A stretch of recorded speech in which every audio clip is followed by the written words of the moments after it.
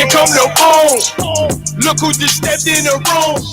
Got soldiers in every direction. As long as they stepping in tune. I been all black with the groom.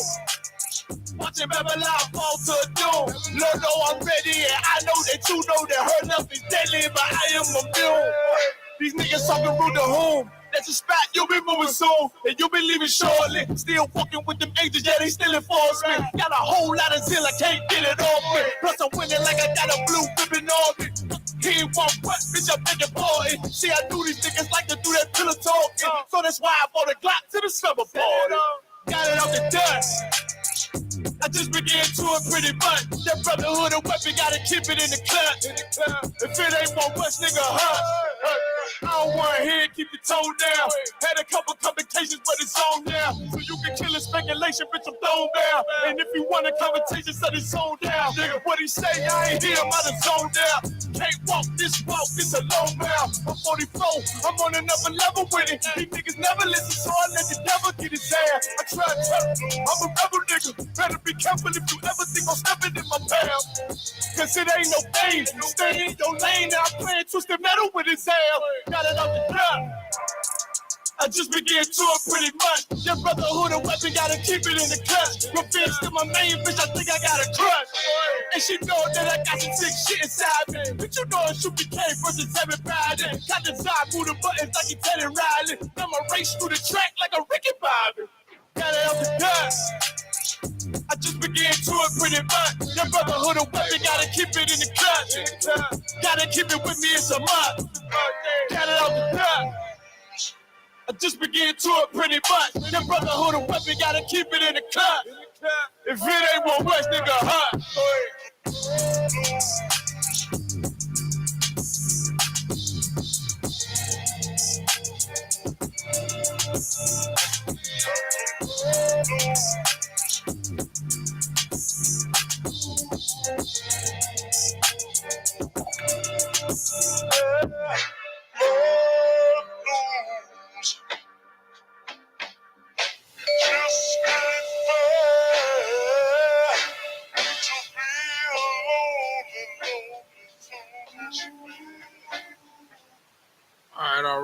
Clap it up. You know what I'm saying? It's the Israelite School of Universal Practical Knowledge. Started out at 1 West 125th Street, Harlem, New York, under commanding General YAHANNA. It is Monday, the history breakdown class. You know what time it is. Well, we going to line it up, precept upon precept, here a little, there a little. Do me a favor, Yakabad. Give me a little elevation on this mic on the first nod. Just turn it up just a smidgy. All right. So we're going to finish up Genesis 47. Now, I need y'all to understand something, that this book, more not specifically this book, this chapter is so pivotal as far as what's going on right now. You understand where we are, what's about to happen. Last class was who are you voting for and why are you voting, right?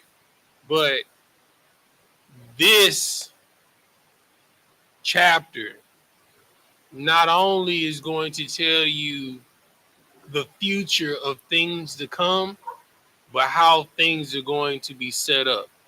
But before that happens, we all got to go through our own story of Joseph. You understand? All right. So we're going to pick up where we left off in the story. All right. Let me get back and pull up my notes. I think we stopped off at 13. We're going to back up a little bit. And for those that don't, they're just tuning in and don't really know about the story of Joseph, where we are knee deep in the famine. You understand? And everybody in the land of Canaan, in the land of Egypt, they come into Joseph to buy all types of corn, wheat, and barley, so they don't die. You understand? because Pharaoh had a dream that he saw 7 fat cows. Then he saw 7 uh Skeletor looking cows. You understand? And the 7 Skeletor looking cows ate the 7 fat cows, and they still look like Skeletor.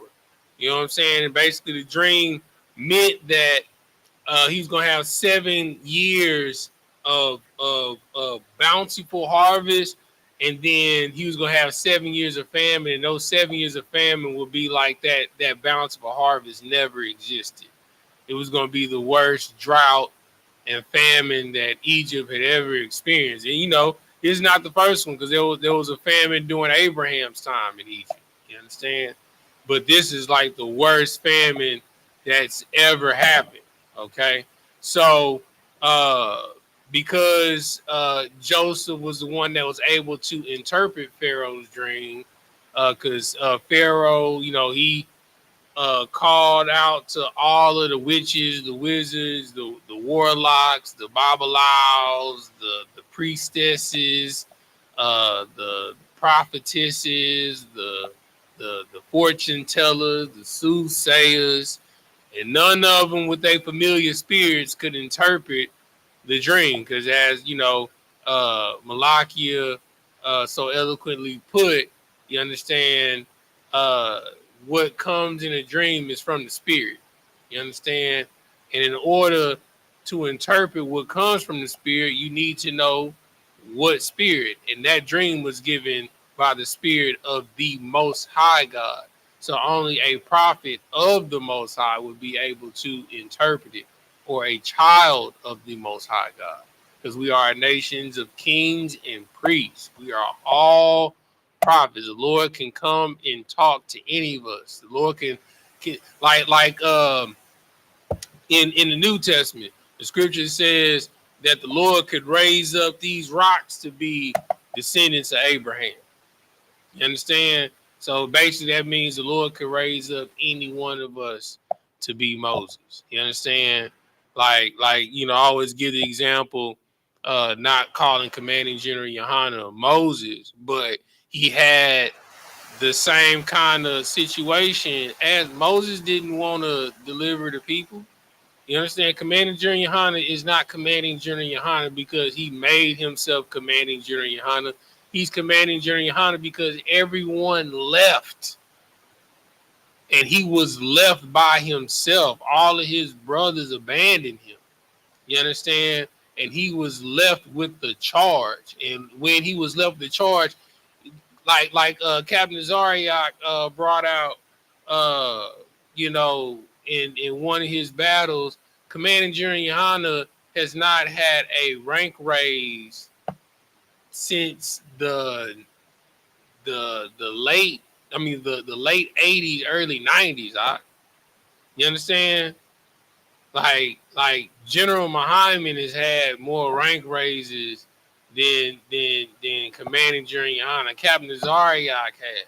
You understand? I have. You know what I'm saying? So that lets you. He didn't say, okay, well, since I'm left, I'm gonna give myself a rank raise of chief high priest. He didn't do that. You know what I'm saying? And those that are really called to be leaders, 9 times out of 10, they don't want to do. They don't want to be a leader because they know how much work it takes. And 9 times out of 10, those make the best leaders because they know the burden. They not taking on the burden because they want to be dubbed the man. You understand?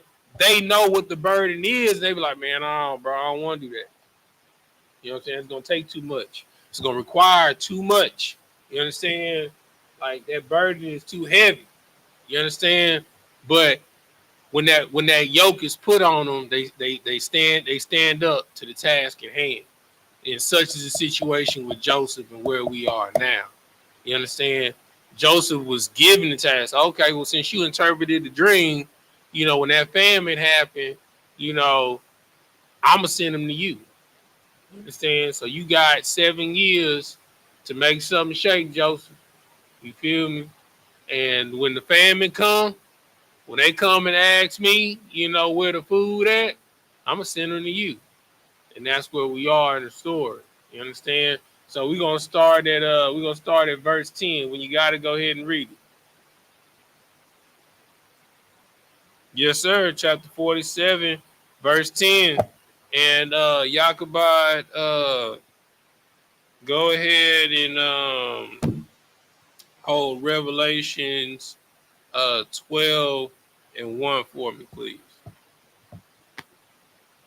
This is the book of Genesis, chapter 47, verse 10. Mm-hmm. And Jacob blessed Pharaoh and went out from before Pharaoh. Verse 11. And Joseph placed his father and his brethren and gave them a possession in the land of Egypt, Mm-hmm. in the best of the land.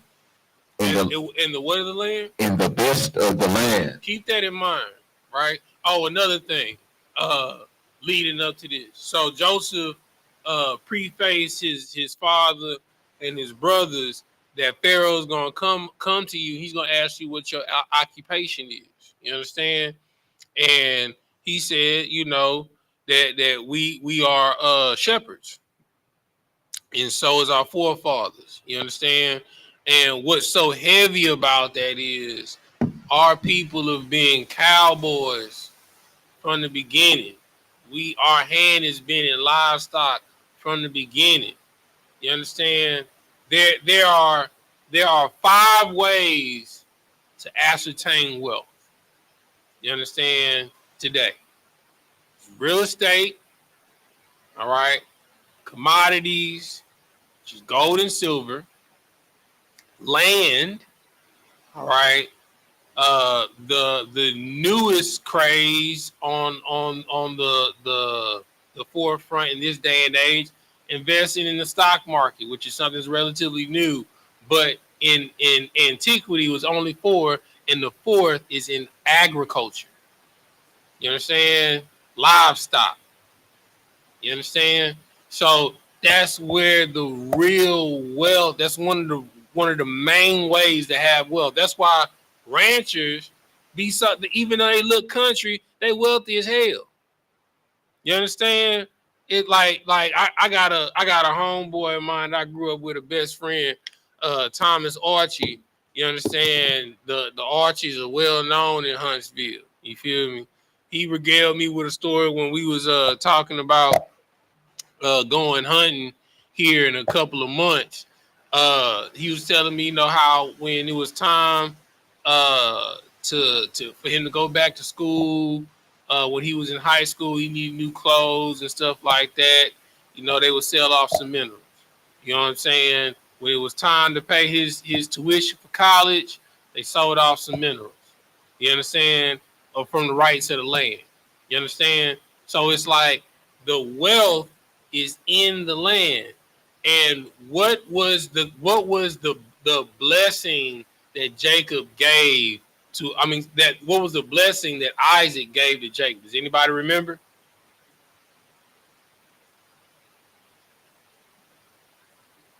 Anybody? Nobody? This something that you should have etched at the forefront of your mind, because it's your covenant. It's a part of your covenant. You know what I'm saying? The blessing that was given was for us to live and have the fatness of the land. You understand? And Esau was to dwell in the fatness of the land. You understand? So it don't matter where you put us on this earth. You understand? The earth gonna yield to us because it's our lot. It's our blessing. It's in our blood. That's why most brothers are good with animals. You know what I'm saying? Like, you know, we'll subdue a dog quick. You understand? You put us around a cow or a horse, we'll subdue that quick too, because it's in our blood, because it's from our forefathers. You understand?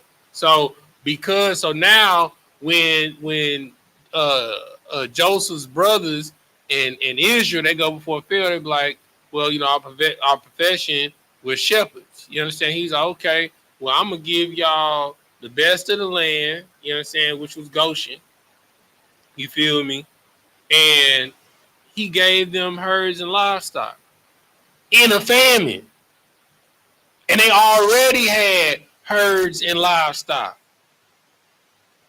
But what's about to happen, what we're about to read that's about to happen, is what you need to keep in mind in today's time, because the earth is going into a famine. And it is the third world war.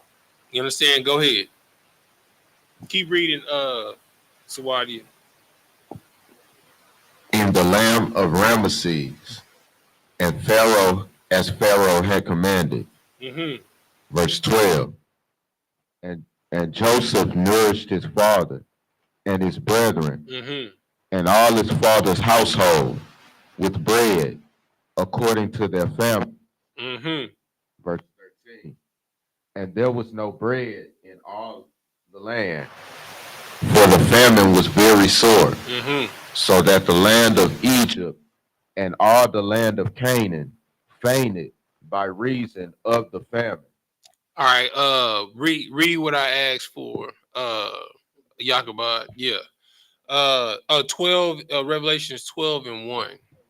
You understand? Because like what you gotta understand is, in order to get to heaven, you have to sacrifice and go through hell. All right, go ahead, read what you got. This is the book of Revelations, chapter 12, verse 1. And there appeared a great wonder in heaven, a woman clothed with the sun and the moon under her feet, and upon her head a crown of 12 stars. All right, so real quick, we just gonna test your knowledge. Who is this? Who is this woman with the sun and the moon under her feet and the 12 stars? Who is that? Anybody know? See anybody be paying attention in other classes? Hey, no, so Paul, you know? I mean, you describe.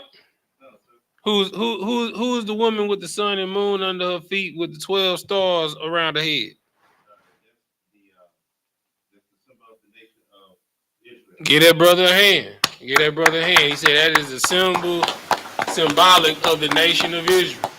All right, go ahead. Verse 2. And she, being with child, cried, travailing in her birth. What verse you in? Verse 2. Okay, yeah. Go ahead. Travailing in her birth, like travailing in birth.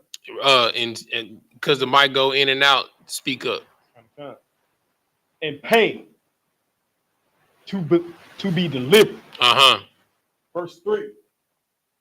And there appeared another wonder in heaven. Okay, stop right there. All right. So it was great pain to bring forth the Spirit of Christ.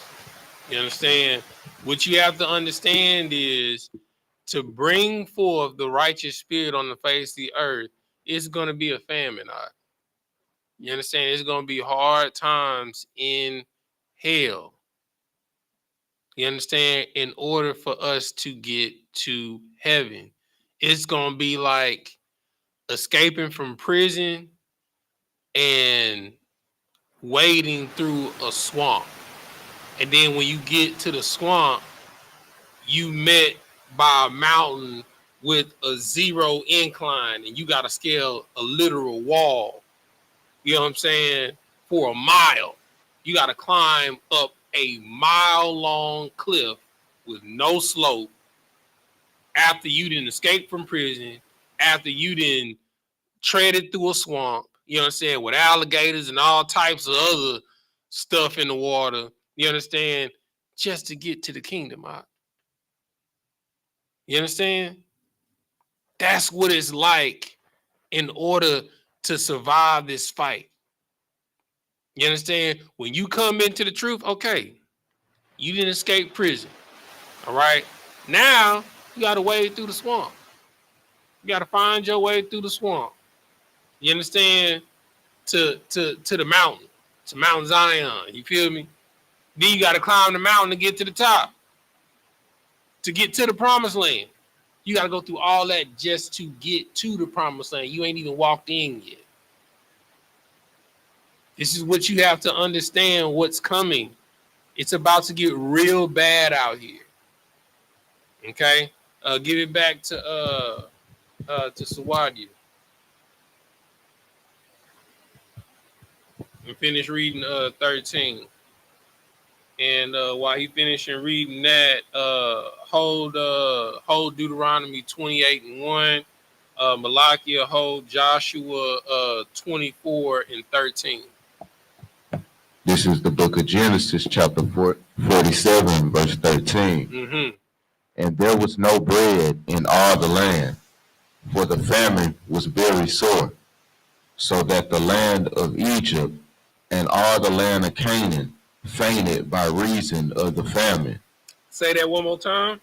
So that the land of Egypt and all the land of Canaan fainted by reason of the famine. Now, understand, of their own resources, there was no more resource to even, like we're talking about, let's say you have 40 acres. You understand? On your 40 acres is so desolate, it ain't even a head of wheat for you to grind down to make flour to make bread. That's how bad the famine was. Imagine a summer so hot, the sun scorches all the grass and all the trees die. That's the type of famine, and all the little retention ponds dry up, all the little lakes, you know what I'm saying, dry out. You understand? Lake Conroe looking like a big hole in the earth. You understand? Looking like a huge crater. All right, keep reading. Verse 14. Mm-hmm. And Joseph gathered up all the money that was found in the land of Egypt and in the land of Canaan for the corn which they bought. And Joseph brought the money into Pharaoh's house. Okay. So, first thing that you got to understand, right? When the world go to I can say when the world goes to shit, okay? The first thing that's not going to mean anything is money. You understand? That is the first thing that's going to go. Matter of fact, give me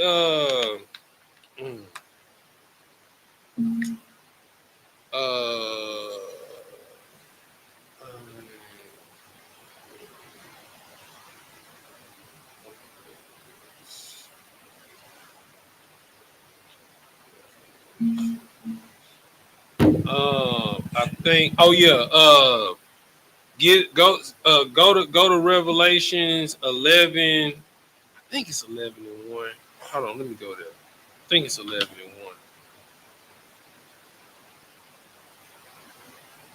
Revelations.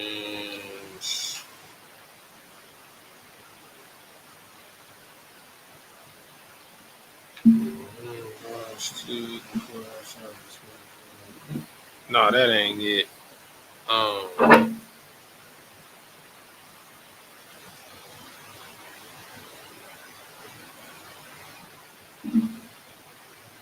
There it is. Revelation 6:6. That's what I want. Revelation 6:6. This is the book of Revelations, chapter 6, verse 6. Let me get another bottle of water, Baba Kasha. And I heard a voice in the midst of the four beasts say, a measure of wheat for a penny.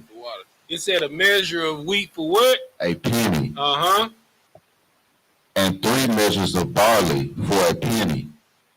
Mm-hmm. And see thou hurt not the oil and the wine. Okay. Does any what? All right. So we all know what wheat is. Does anybody know what barley is? Say that one more time. Unrefined oatmeal. Right. Okay. So it says. Read it one more time. And I heard a voice in the midst of the four beasts say, a measure of wheat for a penny, and 3 measures of barley for a penny. Okay, now let me just let you know right now, right? let me see. I forgot what's the so a pound of barley right now. A pound of barley is roughly $4, right? Okay, that's a measure, right? A pound of barley is roughly $4 right now, and I think it's moving towards like $6. All right, and then wheat is even higher. Like a loaf of bread is damn near $7 right now. It's crazy. It was 99 cents. I remember when it was like 89 cents. If I'm keeping it a buck. You know, I remember when, and I'm talking about that was the honey wheat. You know what I'm saying? That was the honey wheat bread. I remember when it was 89 cents. A loaf of bread is damn near $6 now. You feel what I'm saying? Okay. So, and this is what the scripture is talking about. It's talking about that a measure of wheat, all right, and 3 measures of barley is going to be worth a penny. You understand? Which means it's going to be a false balance, a false measurement. You understand?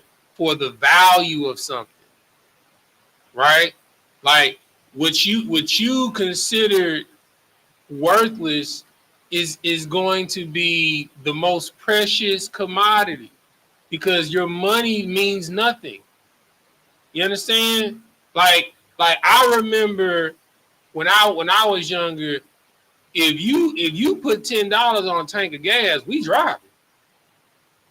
Where you want to go? You got 10 on the tank, where we going? We can go anywhere. You understand? $10 ain't even gonna put a quarter in the tank.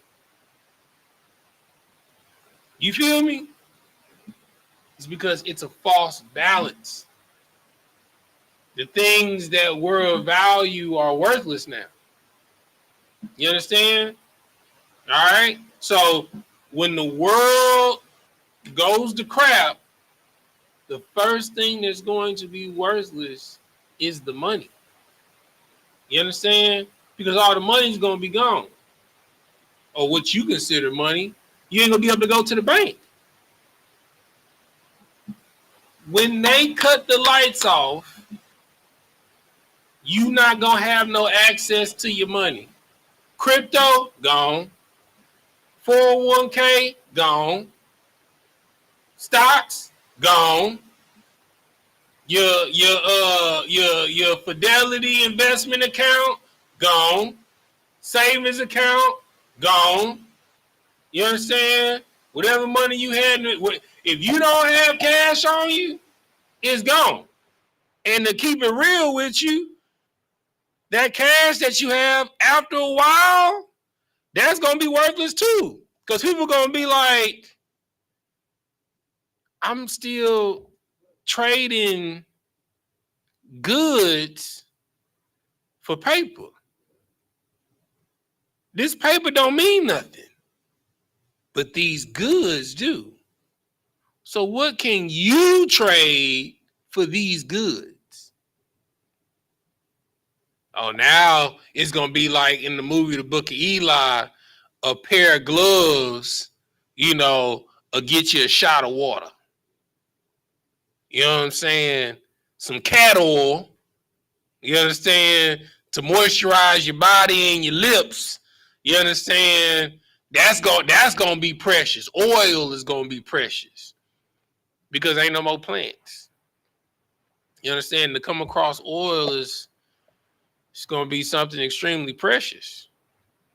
To be able to fry something, it's gonna be like, oh, you a king. You having something fried? Right. No more fried chicken. It's gone. Because the world has been fried and famine.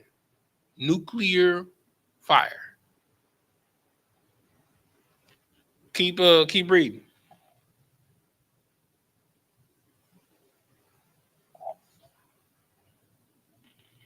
I think you yeah.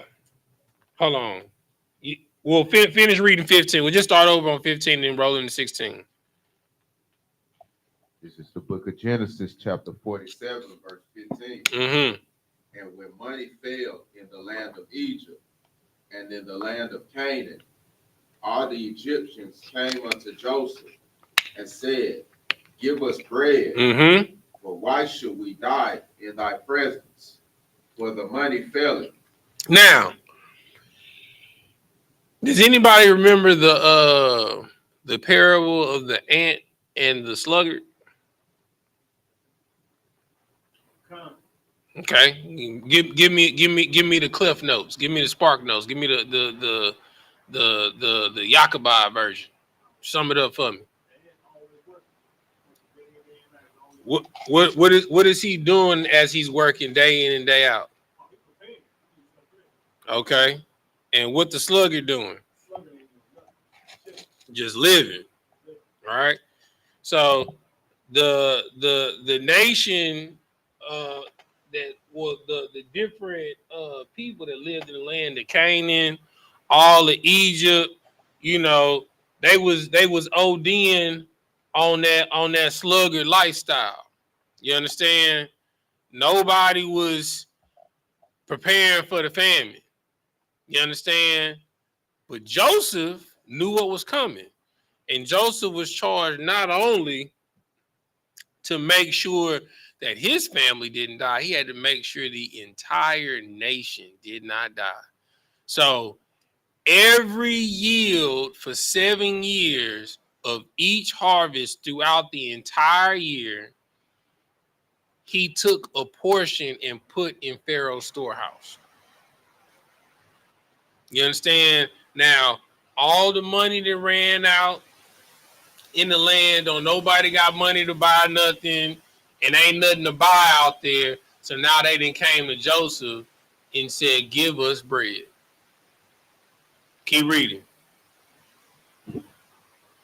Verse 16. And Joseph said, give your cattle, and I will give you for your cattle if money fail. You understand? So now Joseph is like, okay, so since ain't no more money out here, what else you got? What'd he say? Give you a cattle, and I will give you for your cattle if money fail. Now, I'm gonna ask a question to see who been paying attention. What did Joseph tell his family to tell Pharaoh that their occupation was? Malaki. Give Malaki the mic. He said, tell them that they're shepherds. That they're what? Shepherds. And what do shepherds do? They herd. They do what? They herd. They herd. And what do they herd, Malaki? Cattle. Get that brother a hand. So, now, if now there's no more money and now people have to trade their livestock and Joseph's family is overrunning Pharaoh's livestock, what you think about to happen to Joseph's family? Blow my mind. No, give him the mic. They finna get a promotion.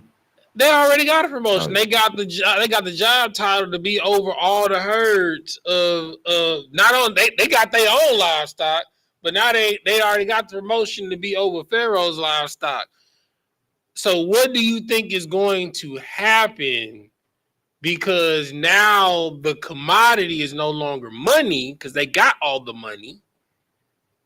What you remember? So what are the 5? I want to see if y'all been paying attention. What are the 5 assets to accumulate wealth today? Run them down. Real estate, livestock, land, stock, and then you missing one that they didn't already took all of. Gold and silver. All right. So they got all the gold and silver, right? So now they working on what? The livestock, right? So when I ask what's about to happen to Joseph's family, blow my mind. They already got one asset.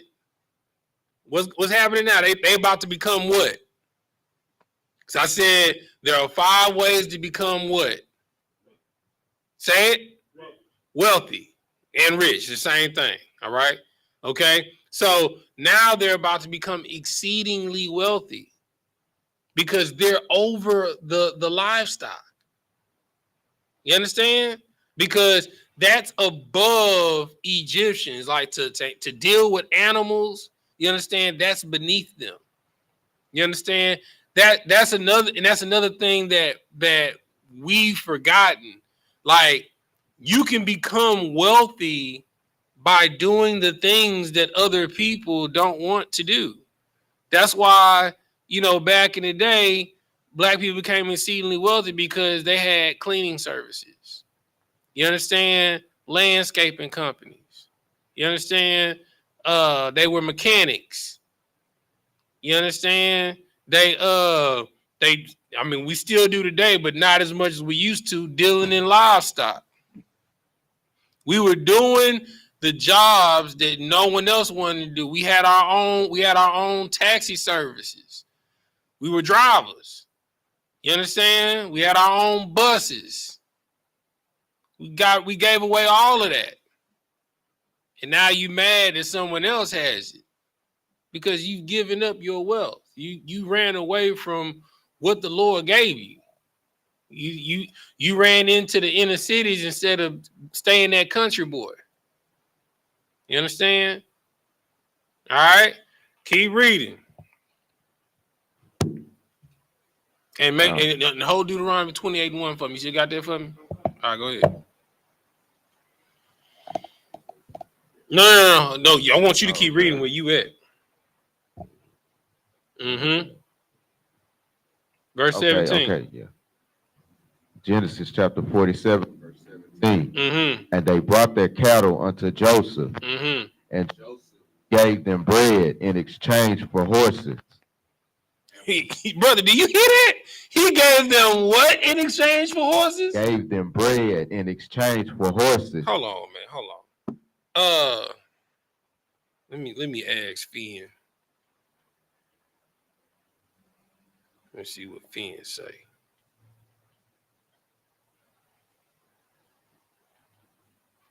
Hold on, my bad.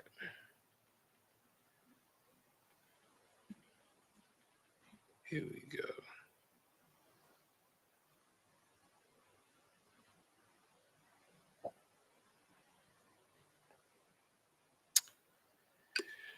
Hey Finn, I'm here at the Israelite School of Universal Practical Knowledge, and we're having a discussion.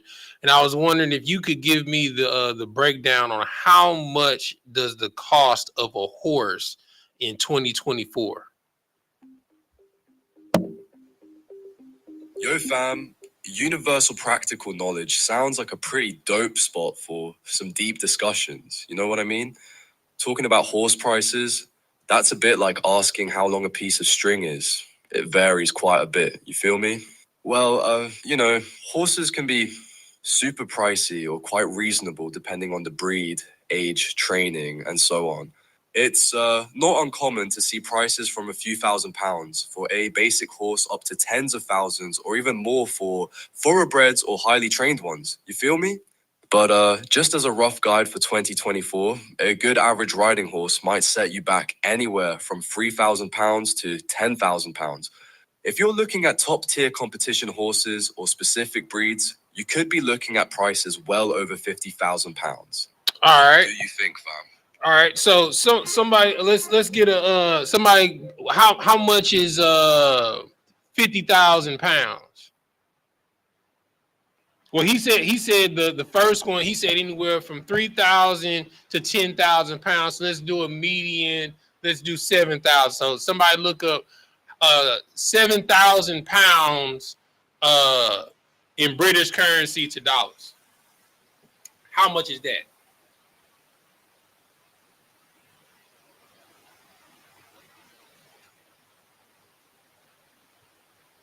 Go ahead.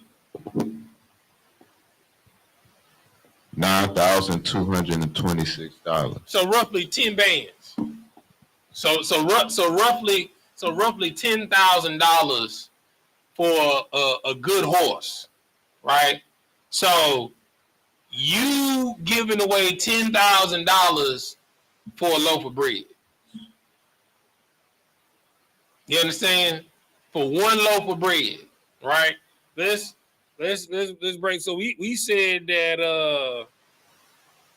where is it at? We said that what am I calculate that? So we had roughly $10,000. We said a loaf of bread is basically it's $5 right now. You know what I'm saying? So for the price of 2,000 loaves of bread, you understand, you getting one loaf of bread. It's insane. Remember, one measure of wheat for a penny, 3 measure of barley for a penny. You trading a horse for a loaf of bread, so you don't die. He's like, what does this horse mean to me if I'ma die? Keep reading.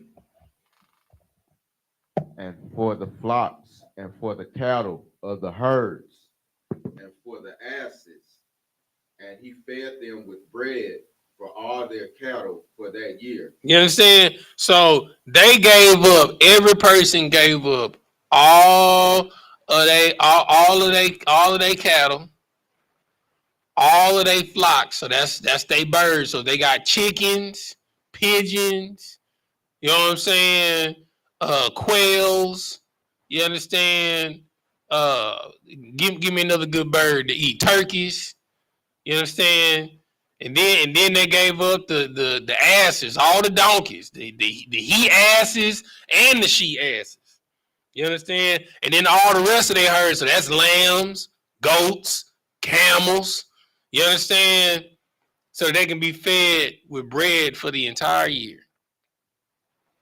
So they didn't gave up millions, probably billions of dollars. This is the entire nation of Canaan. They already gave up all their money. Now they done gave up all of their cattle. Keep reading. So all the silver and gold gone. That's the first thing that became worthless. Money. You understand? Now cattle ain't gonna mean nothing. You feel me? Because you just want bread and water. Okay? Let's find out what's the next thing that's gonna go when the world go to hell. Go ahead. Verse 18. When that year was ended, they came unto him the second year and said unto him, we will not hide it from my Lord, how that our money is spent. My Lord also hath our herds of cattle. There is not aught left in the sight of my Lord, but our bodies and our land. They said, but our what? But our bodies and our land. They said, we don't got nothing. All we got is our bodies and our land. Joseph, they're like, oh yeah? That's all y'all got, huh? So I'm just supposed to, okay, let's see if we can work something out. Keep reading. Verse 19. Wherefore shall we die before thine eyes, both we and our land?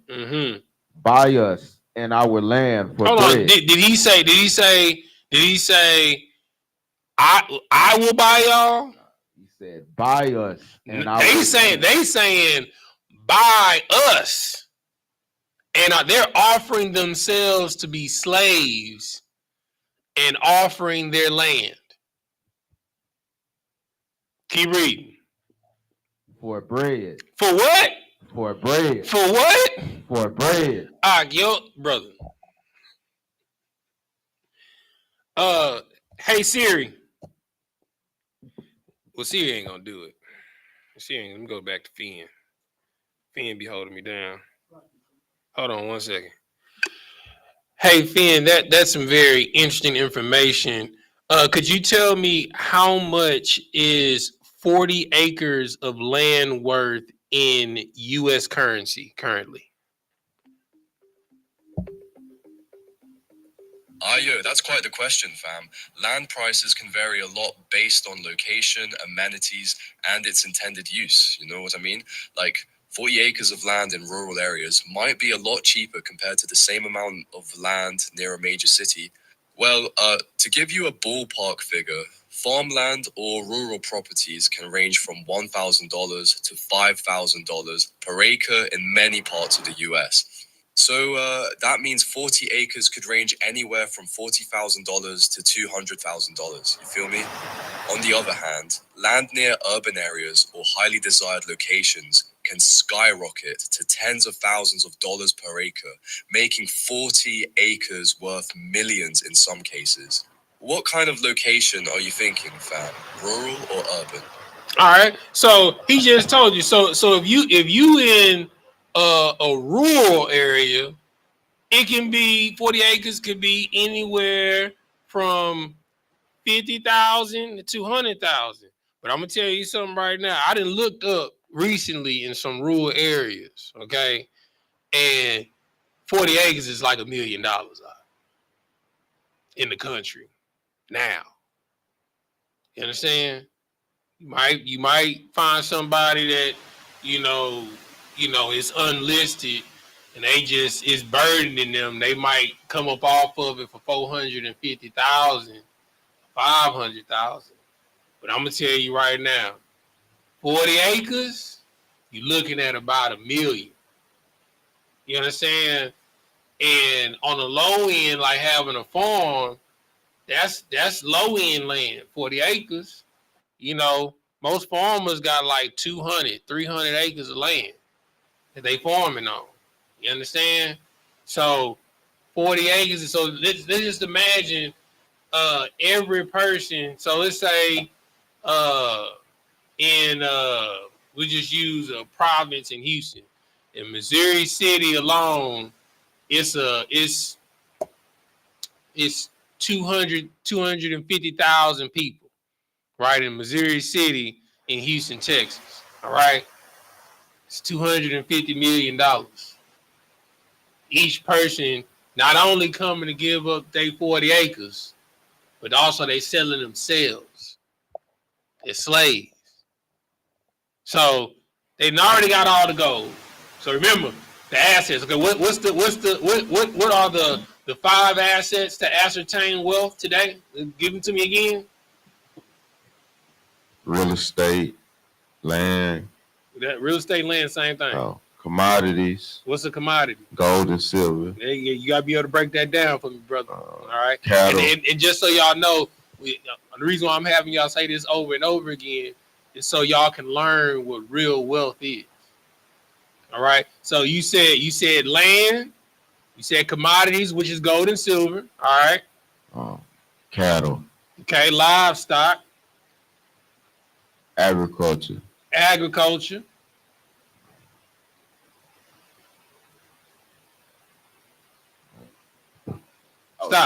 Stocks, which is the newest thing today. Okay. All right. And agriculture don't count.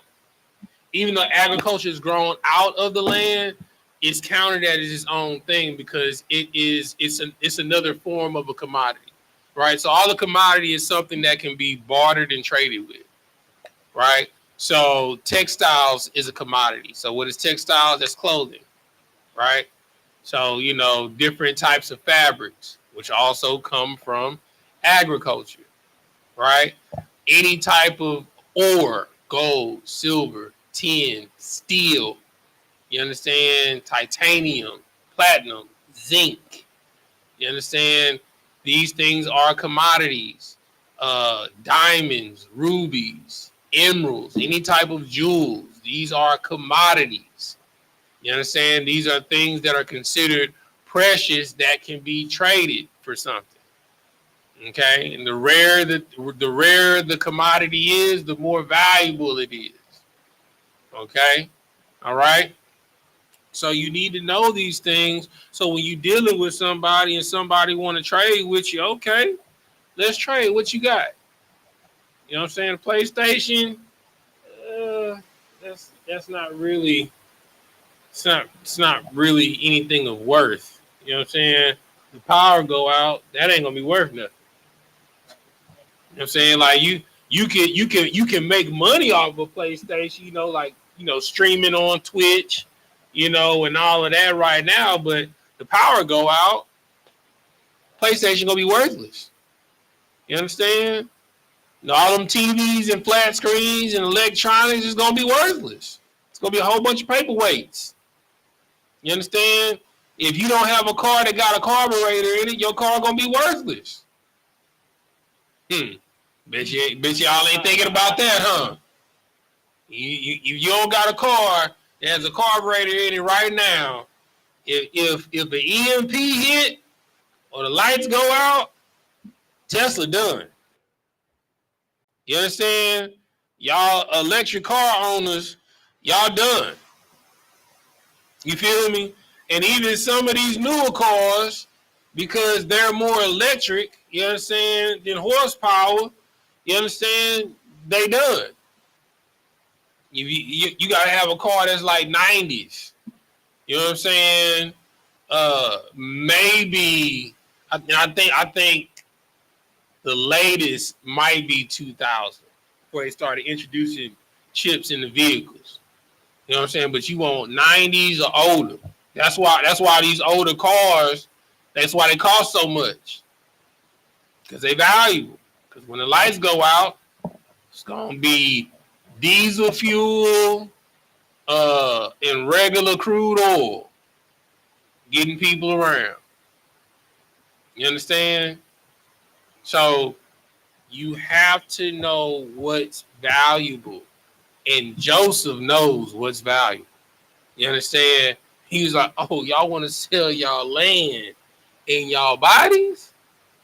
No sweat. Keep reading. Verse 19. And we and our land will be servants unto Pharaoh, and give us seed that we may live and not die, that the land be not desolate. You understand? So, no, start at the beginning of 19, because you stopped at verse 18. Start at the beginning of 19.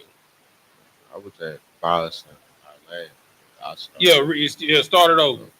Verse 19. Wherefore shall we die before thine eyes, both we and our land?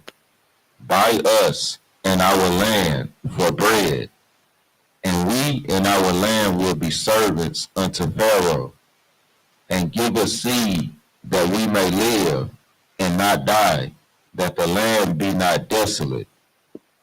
Now, Yakubad, you've been rocking with me for a long time on these Monday classes, right? To your recollection, what did I say was going to be the most valuable commodity when the lights go out? Can you tell these people what you're holding up in your hand? What? You say it on the mic. Water, Ottawa. Get that brother in. You understand? That is going to be the water more so than bread. You understand? Because you can go a while without eating. You can't go that long without water, brother. You understand? Like, the most valuable commodity, people are going to be selling their bodies for some water. You understand? You talking about making it rain. That's gonna be making it rain, brother. You understand? This is really gonna be making it rain. You understand? They're gonna be doing some strange thing for some rain. You hear me?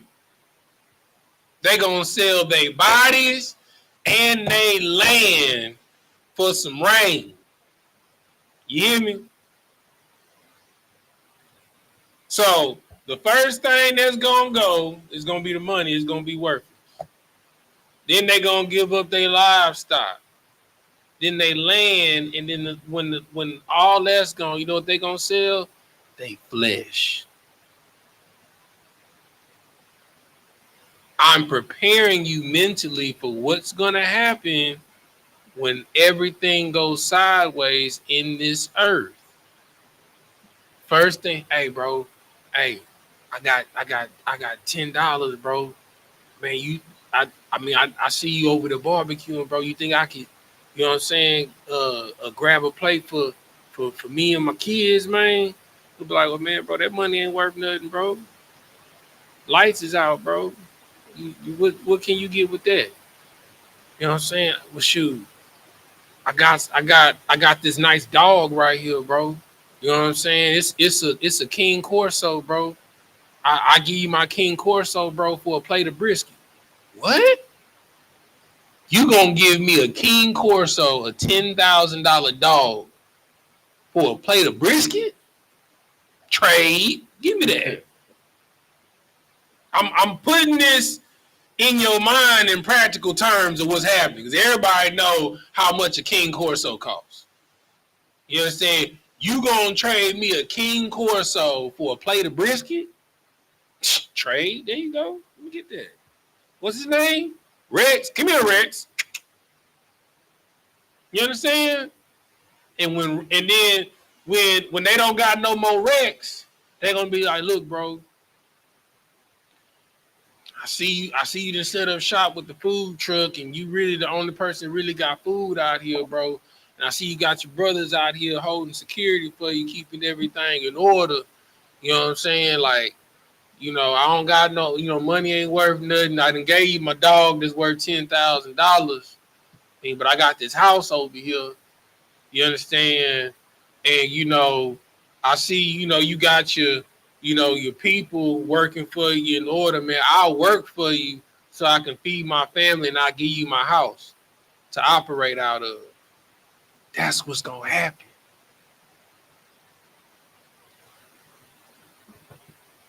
This is what's coming. Whoever holds the resources holds the power. That's when women, that's when having a man is going to be important. Because if you a woman out here and you Miss Independent Woman and you got this big old house, you understand? What doors you think gonna get kicked in first when the lights go out? They going to River Oaks first. Then they go into Bel Air. Then they go into Sugarland. Then the Pearland. You understand? And if you are an independent woman living in this wealthy house by yourself, not only are they gonna rob you, you better hope that's all they take from you. And you get what I'm saying when I say you better hope that's all they take from you. That's when having a man is going to be important. That's why the scripture says, in that day, 7 women will take hold of one man. Because they're going to need protection.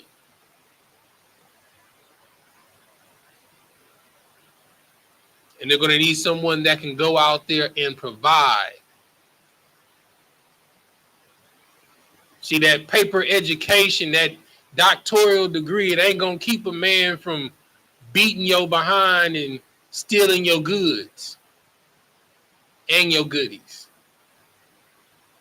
But a man, especially them country boys, them ex-cons that were decent brothers that was trying to spit game to you and be a good man to you, that you overlooked because you wanted a corner office man with arched eyebrows and manicured fingernails.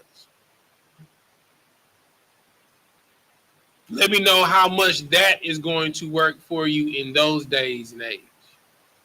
You're going to need a scrapper and a strapper. That man, that them arched eyebrows, manicures and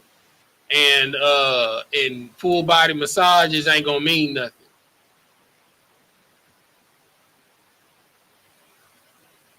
Because If you don't have a protector, guess what's going to happen? Your flesh is going to be sold and your land is going to be taken by force. This is what happens when famine happens. This is the order of dissension of chaos when economies fall and world powers crash. This is where America and the world is going.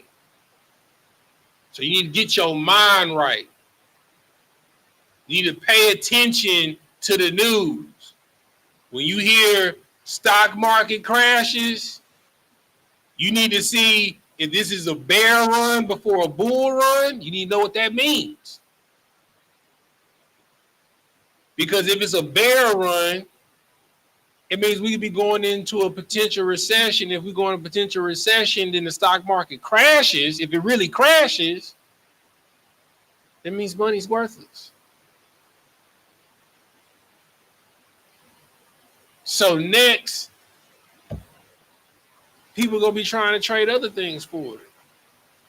The world, more violence is going to happen. People are going to start robbing people. You understand?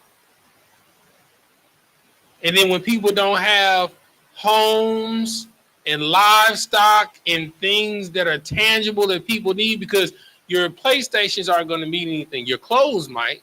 Like you got a coat, that'll be worth something because the coat will keep you warm. You understand? That's why I was saying the commodity. Textiles are commodities. You understand? And being of value. If you know how to farm, that is something of value. I can use you, so I'll feed you. Come work for me. You can sew, I'll feed you. Come work for me. You understand? You can cook, I'll feed you. Come work for me. Because these are things that I need in my infrastructure for my new world order that I'm creating over here, because I got the power, because I got the resources. Because I got the guns.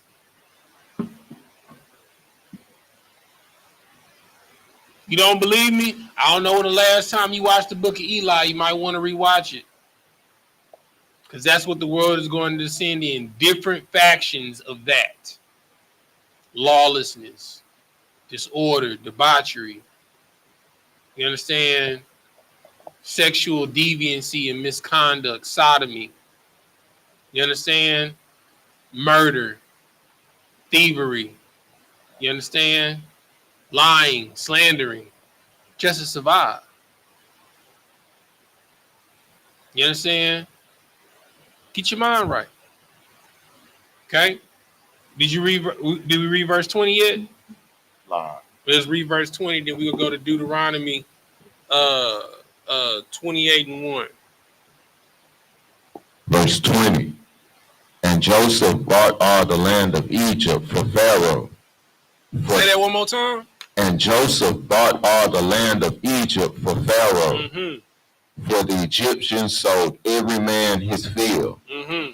Because the famine prevailed over them. Uh-huh. So the land became Pharaoh's. So all the money belonged to Pharaoh.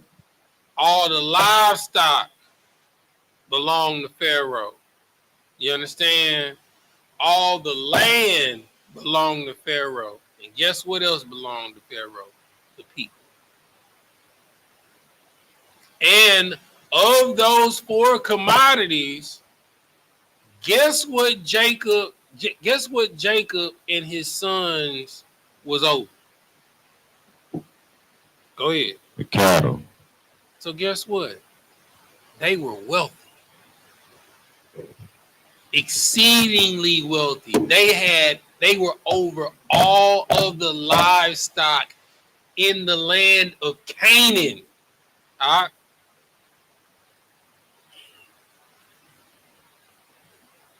That's crazy. The only livestock that they wouldn't know was what was in the wild. Everything else, they were over and owned. Because remember, they had their own livestock.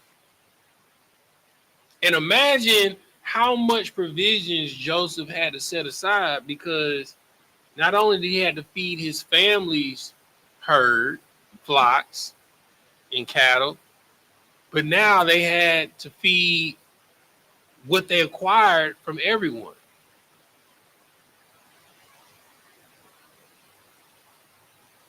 That's that type of wisdom you can only get from God. That's the same wisdom that was given to Noah when the Lord told him to build an ark. Because only the Lord would know the dimensions that's needed to procure in order to put X amount of animals in there. Give me Deuteronomy 28:1. What you got, brother? The water. This is the book of Deuteronomy, chapter 28, verse 1. Mm-hmm. And it shall come to pass, if thou shalt hearken diligently unto the voice of the Lord thy God. So it shall come to pass if you listen, okay, to the voice of the Lord. Go ahead. To observe. All right. Not only to listen, but for you to observe what you heard. And to do. Now I want y'all to pay very close attention to how heavy this is, right? Okay. So I want y'all to blow my mind about this story of Joseph. What started this story of Joseph off? Anybody recall? Go ahead, Balaki. Blow my mind. A cult. No, it's not what started it off. That's the second thing. What was the first thing? And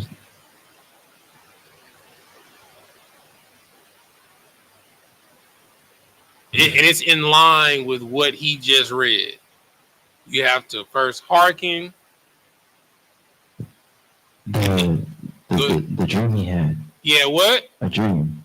So this story starts off with Joseph not only listening to the voice of the Lord, but seeing what the Lord wants him to do. Now, the first part of Deuteronomy 28 is you have to first hearken and see, right? And then what does it say after see, Yakubad? And to do. And then you have to do, right?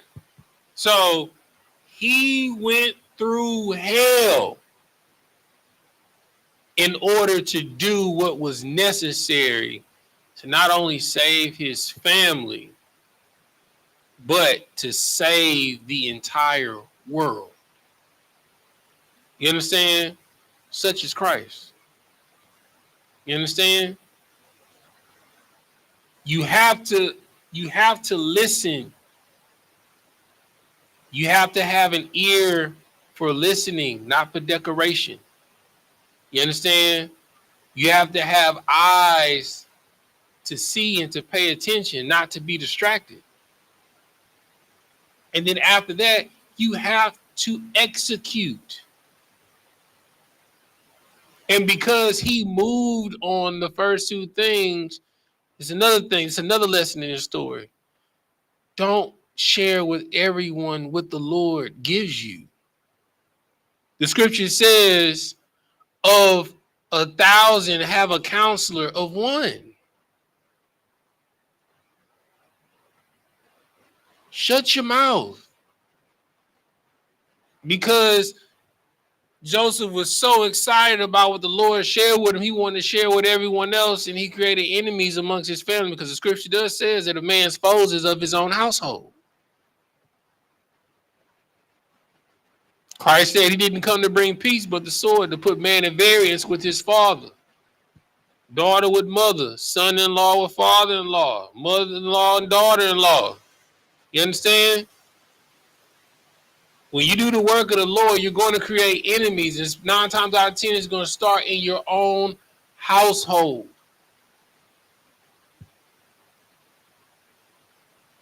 But if you hearken, see, and do, read,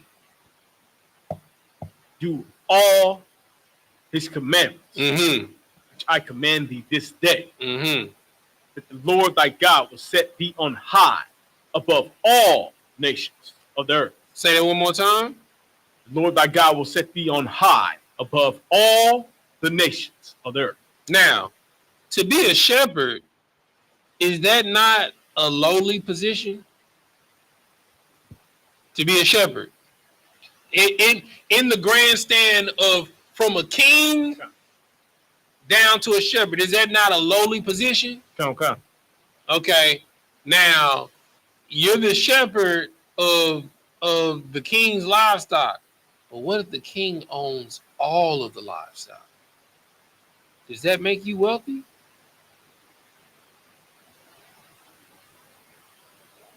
Get it, brother? Hey, that ain't hard. You know what I'm saying?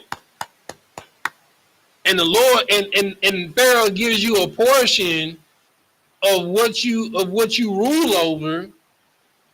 He's giving you the best land in Canaan and in Egypt.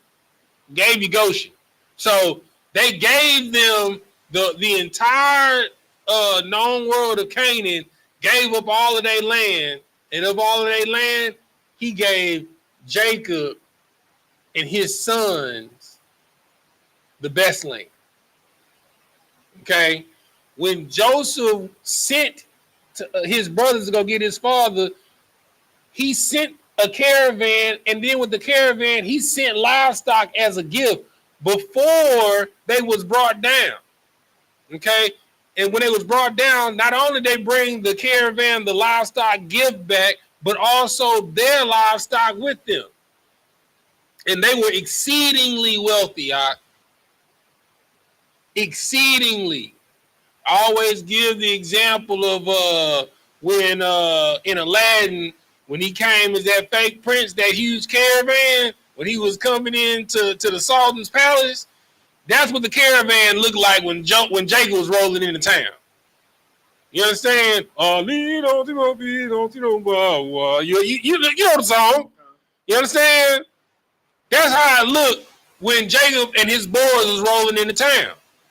Okay? And then he made him over all of his livestock. And then Pharaoh acquired all the livestock in all of the land. In all the land of Canaan, and all the land of Egypt, they're over it. So remember, the commodities, the assets, gold and silver, land, all right, livestock, agriculture. He already had all of the agriculture because he controlled the storehouse. So he already owned one asset off top. If you control one asset in a famine, you can become a superpower overnight. One thing that you have to understand is every time we go into a foreign land, that land experiences a famine and we come out exceedingly wealthy. This is why you got to learn this lesson. This is why you got to learn this story. Because before any of that can happen, you have to first listen. A man or a woman that cannot follow orders will get you killed.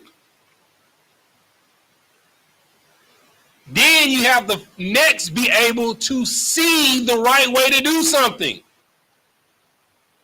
Means you have to learn and understand the right way to do it. And then you have to do it.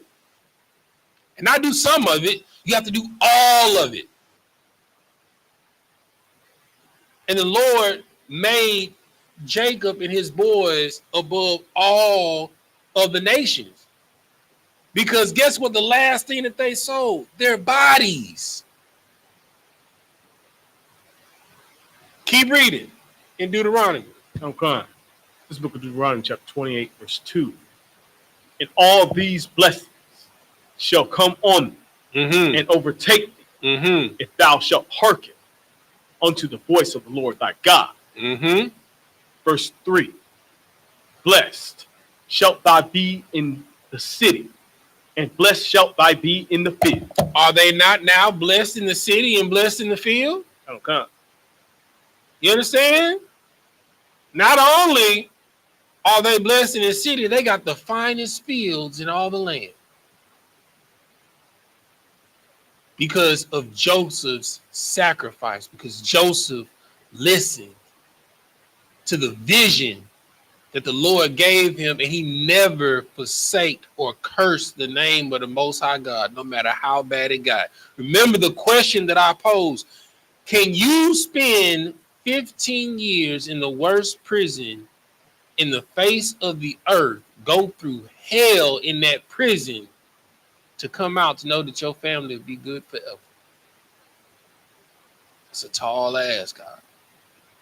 15 years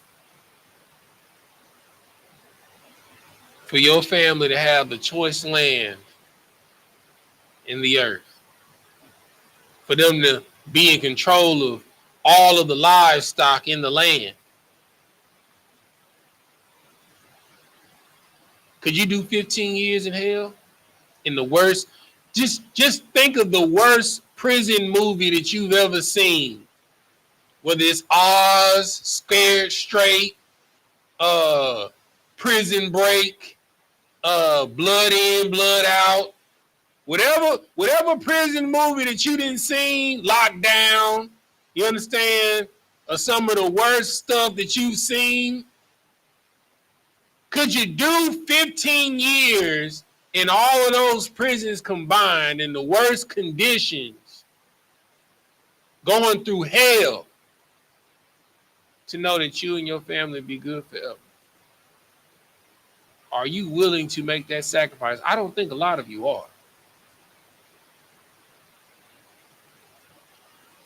Because Christ say they honor me with their lips, but their heart is far from me. Christ died for him to be able to say, in my Father's house are many mansions, and I go and make a place for you. But are you willing to die? For 15 years, are you willing to kill yourself? For 15 years, are you willing to sacrifice your life, your comfortability, your lap of luxury? They wouldn't sacrifice the distractions, the Hulu, the Netflix. You understand? The NFL, the NBA, the Olympics. You understand? Are you willing to sacrifice the beer, the wine, the weed, the whores, the whoremongers? Are you willing to sacrifice crack, cocaine? What's the new stuff they doing now? Blues and Trank. No. What is it? No, it's like they huffing nitrous. It's like for whipping cream. It's Galaxy gas. Yeah, Galaxy. Yeah, look it up. That's the newest drug that's making them go crazy right now. It's called Galaxy gas. And you can get it from Costco, Walmart. And I'll guarantee you right now, if you go on the Walmart or the Costco app right now and you look up Galaxy gas, it's sold out.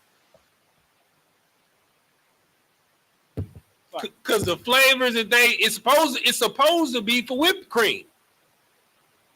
It's cartridges, they come in like huge cannons. And it's supposed to be for whipped cream, and they're becoming exceeding, and they know what they're doing. You understand? And they're huffing on it. You think I'm BSing? When we get done with class, go online, go on TikTok, go on Google, look up Galaxy gas. Go ahead, nephew. What you got? Give nephew the mic. So I looked it up, and Galaxy gas is N2O, or nitrous oxide. It's nitrous oxide. So the side effects are egregious, like dizziness, dissociation, disorientation, impaired memory, weakness in the body, and possibly even death. Brother, there are kids that are 12 and 15 years old that got a voice like somebody that's 75 out.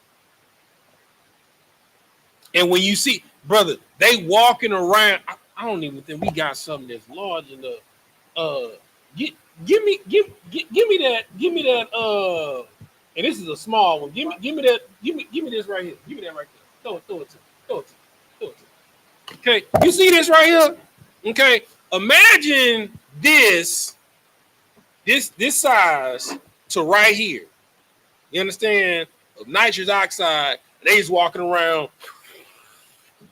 You know what I'm saying? Sucking it down.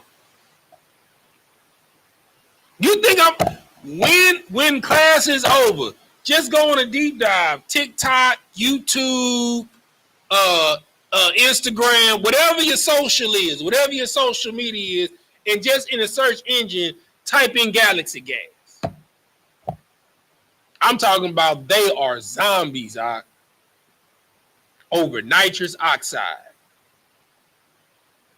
Insane. It blew my mind.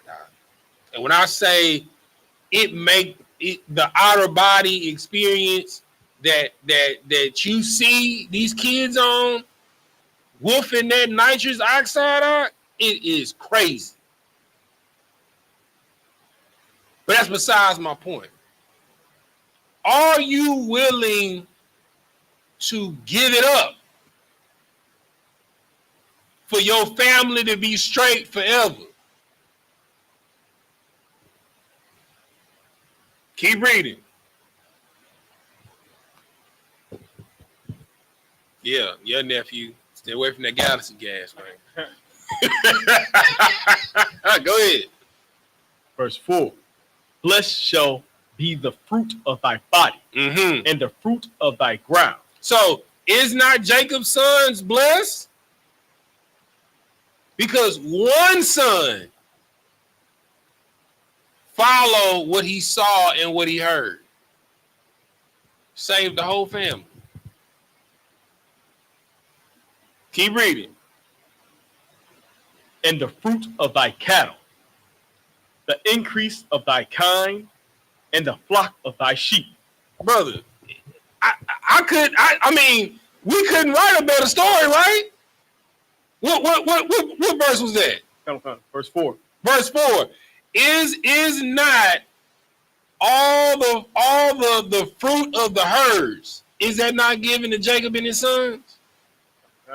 Is not all the increase of the cattle in all the land of Canaan and all of Egypt, is that not given to Jacob and his sons because of Joseph?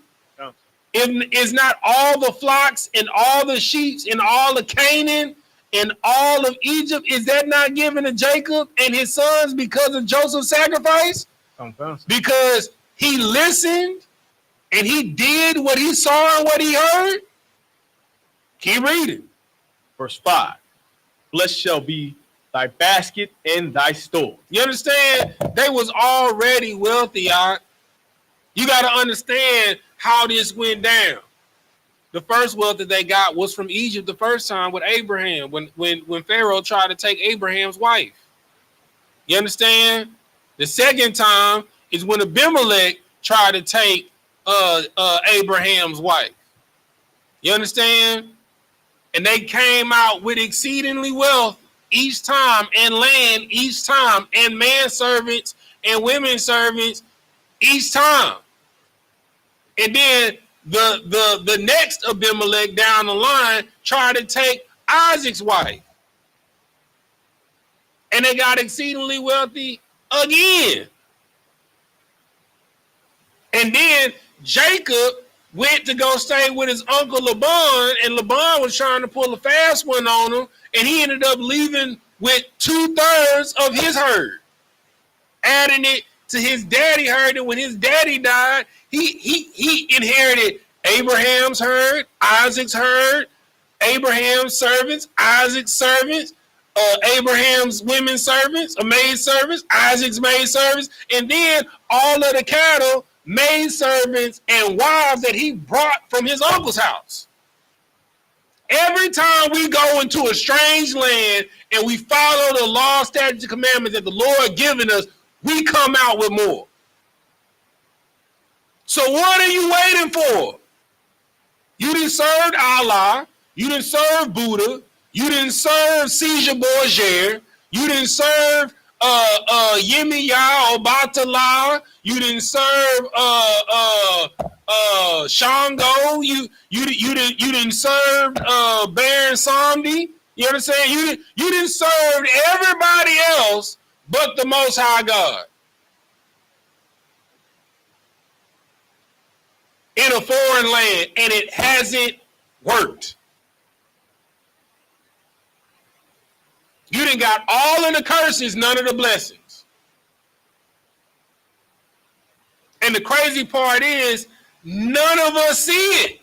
Well, outside of the people in the truth.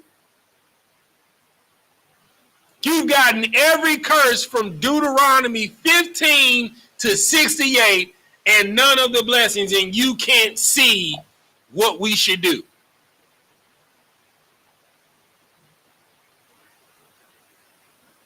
Keep reading. Verse 5. Blessed shall be thy store. It's like, blessed shall be thy basket and thy store. Verse 6. Blessed shalt thou be when thou comest in, and blessed shalt thou be when thou goest out.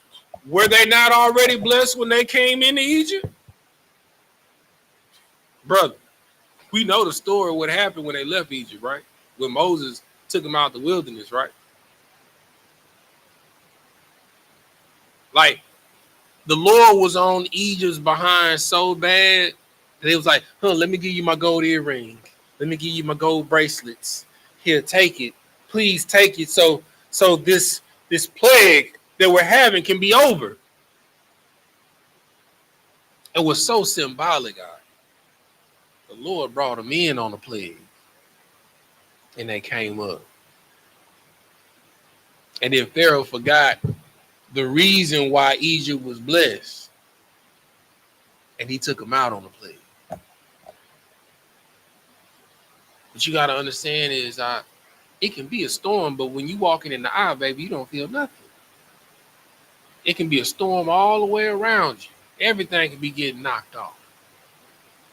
As long as you walking in that eye, you in the calm of the storm.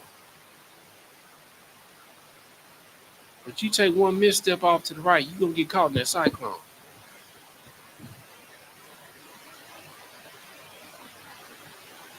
You got to be able to listen. You got to be able to have the vision. Stop looking at right now.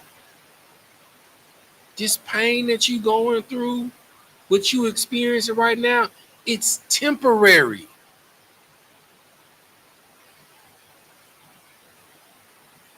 Hey, has any of y'all ever broken a bone before? What you done fractured or broke before? I done fractured my femur. Mm-hmm. And my ankle. You still experience that same pain when you fractured it? Sometimes. No, I mean, when it happened. Live. So that pain was temporary. Yeah. Now, you may have some remembrance, but the pain is temporary. It's gone, right? It's just like a woman that travails in childbirth, the pain that she goes through in childbirth. It is pain, but when it's done and that child is in their hand, they forget all about it and they want to have another one.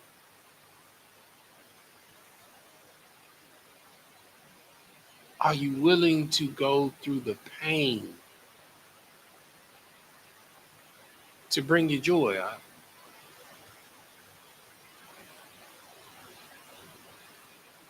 Are you willing to go through the pain to have your piece of heaven?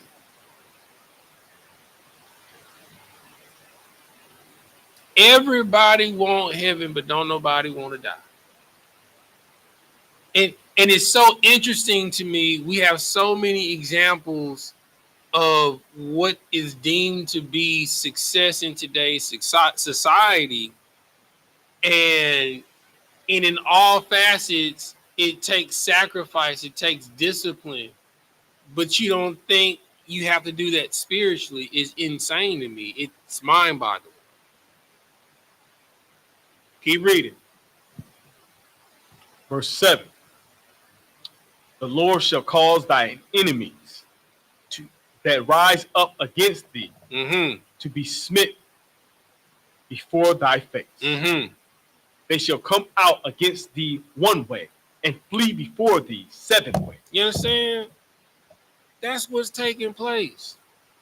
The entire land of Canaan that gave Abraham and Isaac trouble has been utterly laid to waste due to a famine from the Lord. Like I tell people all the time, your bullets don't do nothing to a tornado. You understand? Your tank don't mean nothing to an earthquake or a sinkhole. Your ships mean nothing to a hurricane or a tsunami. You understand what I'm saying? What does your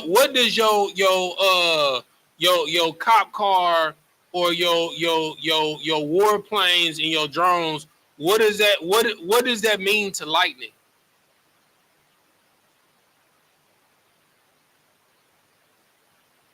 What does any man-made what do your nuclear silos mean to a volcano?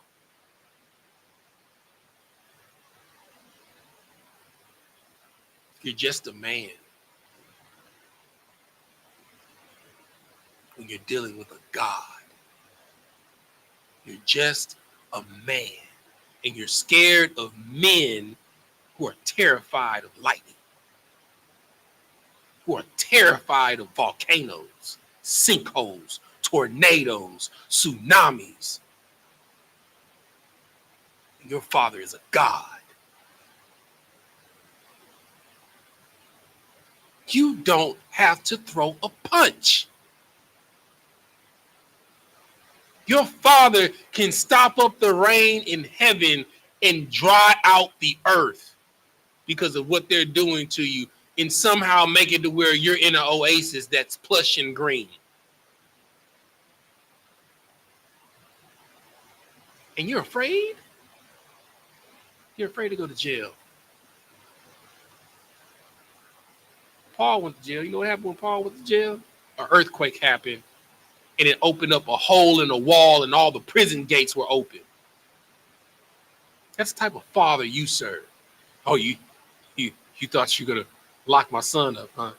Let me shake the doors open real quick.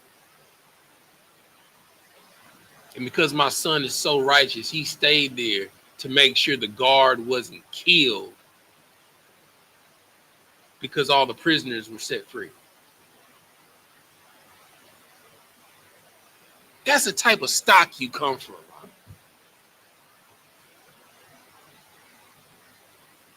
But you afraid to let go of weed? You afraid to stop being a drunk? You afraid to stop eating pork, shrimp, crab, and lobster when you have a father that is a God that will hurl a tsunami or a tornado or a hurricane or blow the top off a volcano for you?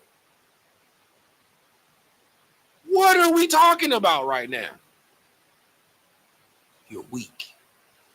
You're a coward. You can't give up your life for a day, let alone 15 years, so you and your family can be straight. That's the type of sacrifice and stock you come from with Joseph, let alone Christ.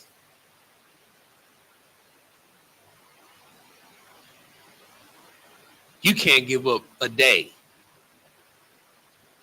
Most of y'all talking about, I'll die for you, please. You can't even go 24 hours without food and water, but you'll die for me? No, for the blood of my brothers, they'll die for it, because I'll die for them. You got to have the same mindset of Joseph. You got to be willing to be betrayed by your family and still serve the Lord. To go into slavery, being kidnapped, and still serve the Lord. Falsely accused of rape, know that you're innocent. Thrown in prison and still serve the Lord. Become top trustee. Look out for people on the yard. Make sure that your people good and take care of people, and they get out in the free world to forget about you and still serve the Lord. Can you do that? Keep reading. Verse 8. The Lord shall command the blessing upon thee in thy storehouse, and in all that thou settest thine hand unto. And he shall bless thee in the land which the Lord thy God giveth thee. Say it one more time. And he shall bless thee in the land which the Lord thy God shall thy God giveth thee. Did you build that land? La'ah. Did you cultivate and develop that land? La'ah, I don't want. What does it say that the Lord thy God will what? Shall bless thee in the land which the Lord thy God giveth thee. Everywhere that we went, we reaped what we did not sow. Because we did what the Father told us to do. But you justifying sin because of grace. You justifying your porn addiction because you have grace. You're justifying your weed habit because you have grace. You're justifying turning our daughters into whores and being whoremongers because you have grace. You're justifying eating pork, shrimp, crab, and lobster because you have grace. But I don't know if you remember, Paul said, God forbid. Do we sin because we're not under the law but under grace? God forbid. Just because you don't have the punishment of immediate death?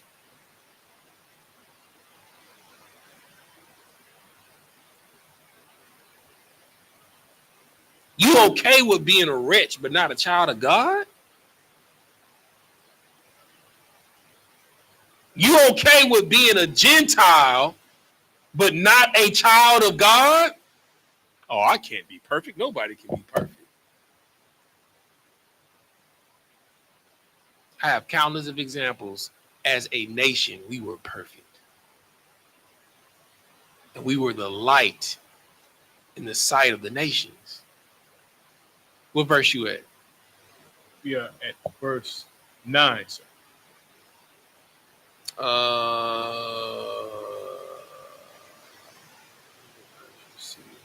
Okay, we gonna come back to it. What else I want? Was it oh, nephew, give me Joshua 24 and 13. You supposed to be holding that for me. This is the book of Joshua, chapter 24, verse 13. And I have given you a land for which ye did not labor, and cities which ye built not. Say that one more time. And I have given you a land for which ye did not labor. The Lord said that he's going to get. Christ said, in my Father's house are many mansions. I go and make a place for you. He just said, read it again, nephew. And I have given you a land for which ye did not labor. You're going to walk into a city that you didn't build. It's going to be more technologically advanced than Tokyo, Japan. Keep reading. And cities which ye built not. You understand? Christ said, in my Father's house are many mansions, and I go and make a place for you. But you can't fight for your place here in the world. And you know where that place is? It's right here. It's in the mind. The battle for the kingdom is right here in the mind. Nothing else happens on the outside of you but conditions and circumstances. The plague happens in the mind. The affliction happens in the mind. The attack happens in the mind. Your strength or weakness happens in the mind.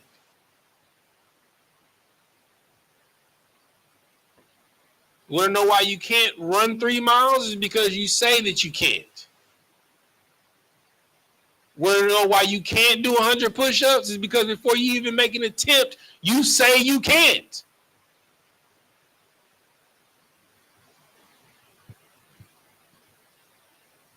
You know how you do 100 push-ups? 25 at a time.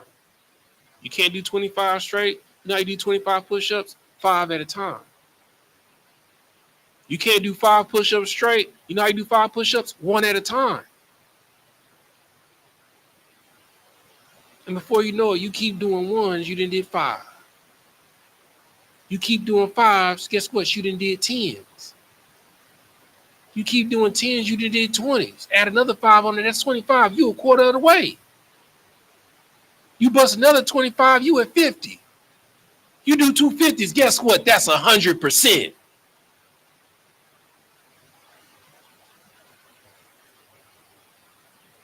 You need to get out of the can't instead of being how can I. Every time you ask something that you've never done before, instead of saying that I can't do that, ask yourself, how can I do that?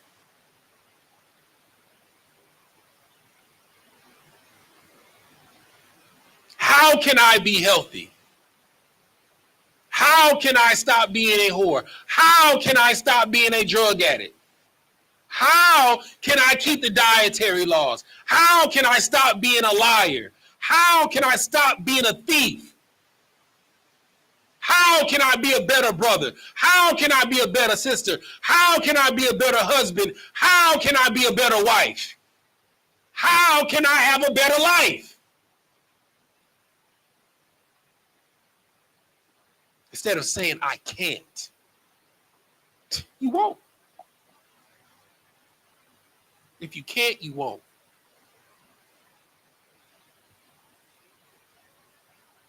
But if you pose the question, then you ponder. You start asking. You know what happens when you ask? You listen. Then you observe. And then you do what you've observed and what you've seen. And guess what? You're perfect now.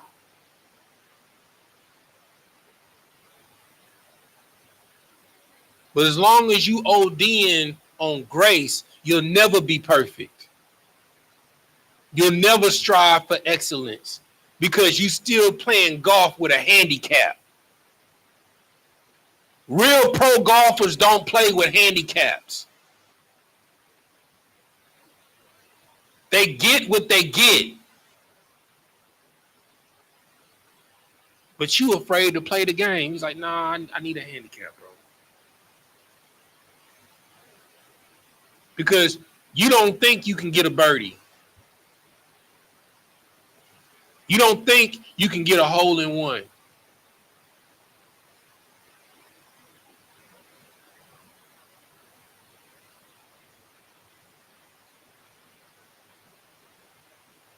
Because you're afraid. Christ said, be ye perfect as your Father in heaven is perfect.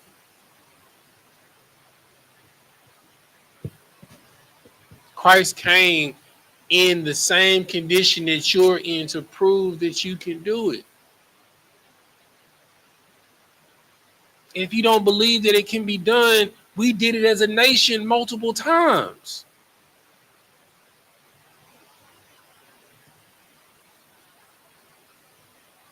So it can be done as a people. We can be perfect as a people. We have to hold each other accountable.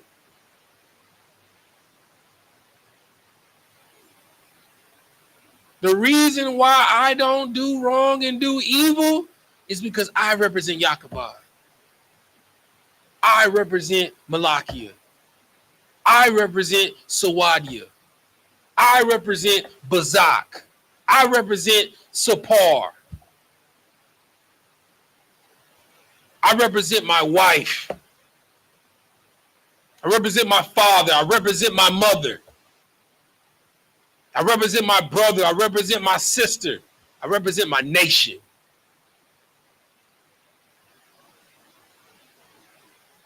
That's what kept Joseph going.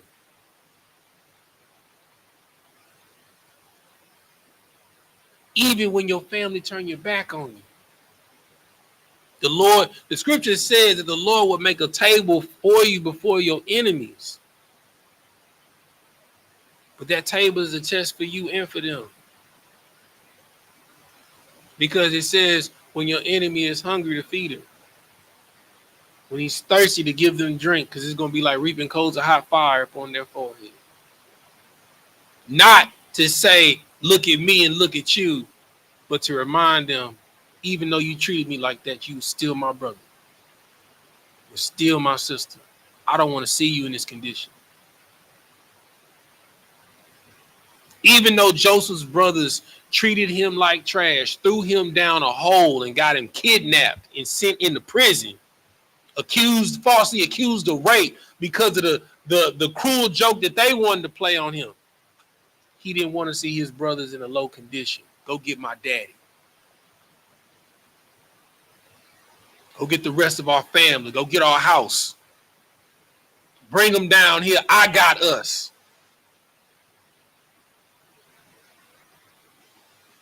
That's the type of man you got to be. That's the type of woman you got to be, man. Who cares what they talking about? Who cares how they look at you? Because the day will come when they will need you.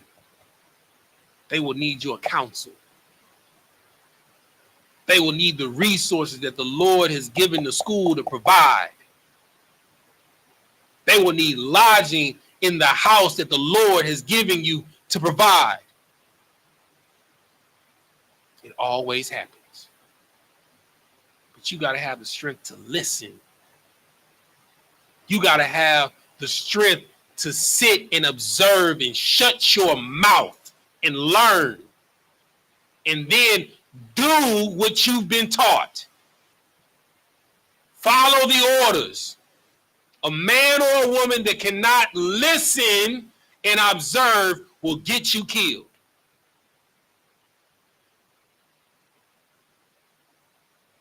Finish out what you got, nephew.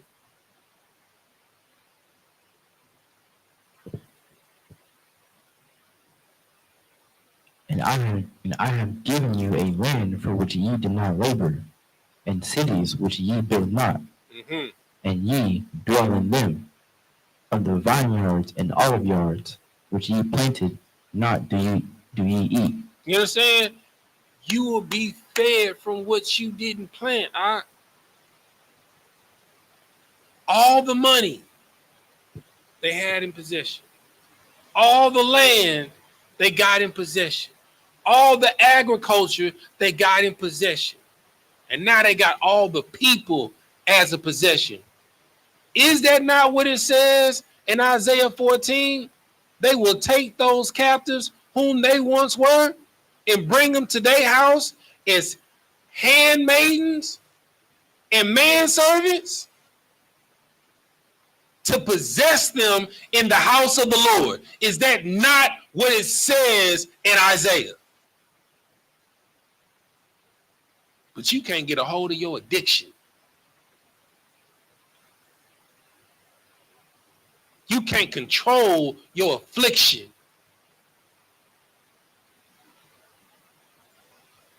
How you expect the Lord to fight for you and you can't fight for your damn self?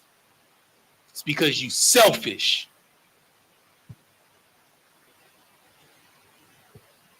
You got to be willing to fight for each other.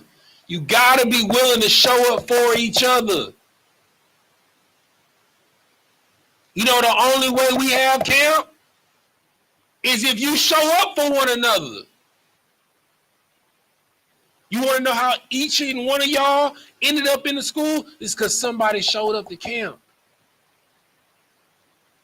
A brother showed up and did something righteous at work, and you saw it and you asked him how he was able to do it. Someone in your family stood up for righteousness. You know what is the consecutive thing? You gotta show up.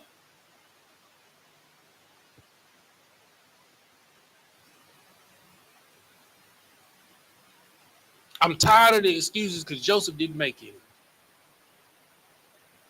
I'm tired of the excuses because Elijah didn't make any. I'm tired of the excuses because Obadiah didn't make any. Paul could have had all the excuses in the world, but he didn't make any. Samson, even though he messed up, at the point where he knew he was going to die, he asked the Lord to give him the strength to take as many of these Canaanites with him. He didn't make any excuses. He died righteously. Stop making excuses. Do the work. It's going to be hard. To build a kingdom, it's going to be hard. It's like tilling the earth to plant in it. I don't know if any of y'all ever turned over earth in a garden, but it's hard, back-breaking work, especially if the ground is dry and you got to break it up. That's what the Lord is doing right now. The famine is coming. It ain't even coming. It's here. If you can't tell, it's here. Bread is $5, huh? Bread is $5. As a child, it was 89 cents.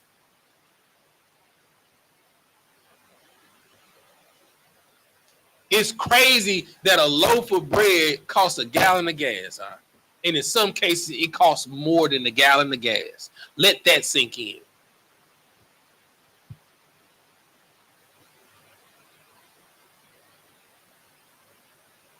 But you worried about who going in the Oval Office? In the last class, we brought out this nation has been in debt since 1835. The last time that we had a positive ledger in the United States was 1835. So you've been voting for slavery for 129 years. You've been voting to be a slave for 129 years. And guess what? For 400 years before that, you was a slave. So guess what? You ain't never been free. Never. You got an illusion of inclusion. You ain't never been free. And you can't fight your own demons to get up out of here? I don't want to come back here. I don't want to have to experience 30 years of not knowing who I am, going through hell, sinning, thinking that I'm having a good time, wasting time. When I can build the household of Sawadia. I can help build the household of Yaqubad. I'm already helping building the household of Malakwat. I'm looking at the next generation right here in Malakia. I can help build the household of Sapar. I can help build the household of Bazak online. Like, what are we talking about? Galaxy gas? Smoking moon rocks? Being passport bros?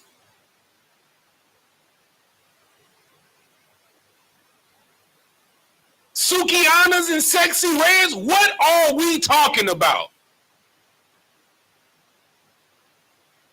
We got Emmett Tills and Alton Sterlings. We We got Sandra Bland's and Tamir Rice.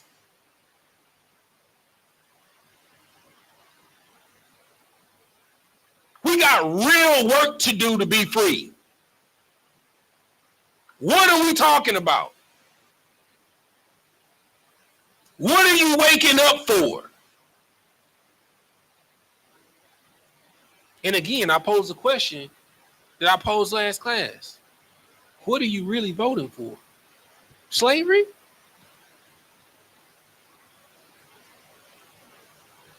I mean, left wing, right wing, the eagle still clawing out your eyes because you're blind as hell.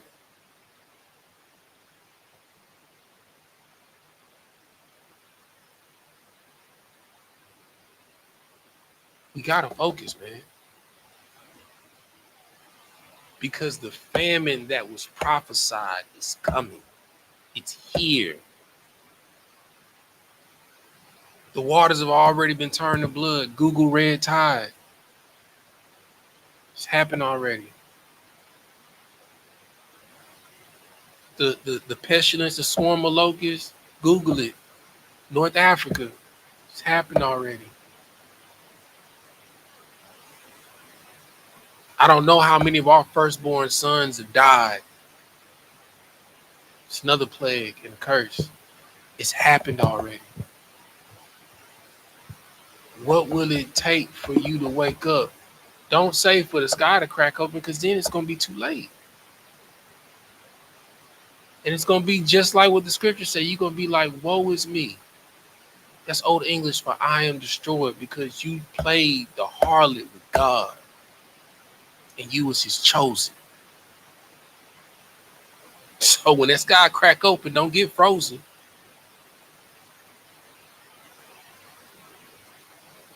We died so we could live. You live so now you die.